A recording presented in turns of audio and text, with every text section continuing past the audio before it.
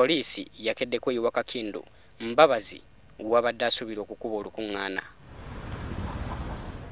Abapoliisi balabiddwako nga bali mu bifo eby'enjawulo okwetooloola n'okuliraana ekifo kino. Kino kyaddiridde abakulu Jinja okuwandiikira poliisi nga bagitegeeza nga bwe basazizzaamu ekyambabazi okukuba olukuŋŋaana mu kifo kino. Era ekyalaale tekijja kukkirizibwa kubanga nga poliisi twamaze dda okufunya guidelines okuva mu Electoral Commission. Poliisi bw'etyo yategeezezza nti Mbabazi bagenda kumuwa buwi bukuumi okutuuka mu woteeri mwabadde alina okusisinkanira abantu be. Mwami Mbabazi bw'anajja tujja kumunnyonnyola. Tumanyi nti ajja kugondera amateeka ga poliisi. Kinewuunisa olwaleero nga njokuwuuna ekyo nga bazinze wano bayise bitiya gaasi bayise buli kimu n'abaserukale bayidume wano. Kyokubiri kwekyo nze ndi kuzimba kisaawe eriyo n'abakozi abali supposed okujja okukola emirimu gyabwe.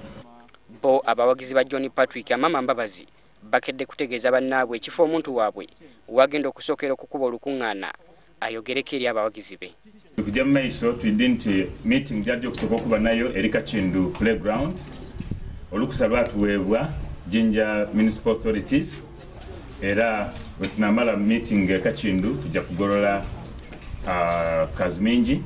Ebimotoka bya poliisi nabyo birabiddwako nga bisimbiddwa ku mabbali g'enguudo okwetegekera ekiyinza okuddirira.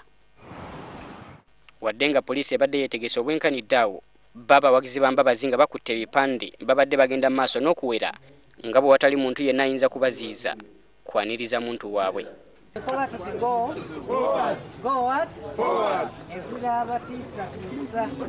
Okusinziira ku nteekateeka ya Mbabazi abadde alina okusooka okusisinkana abakulembeze mu disitulikiti eno ku ssaawa 4 ez'okumakya oluvannyuma asisinkana abawagizi be ku ssaawa 8 ku kibangirizi kya Kazimingi nga kino ky'ekifo ekirala ekibadde kifuniddwa.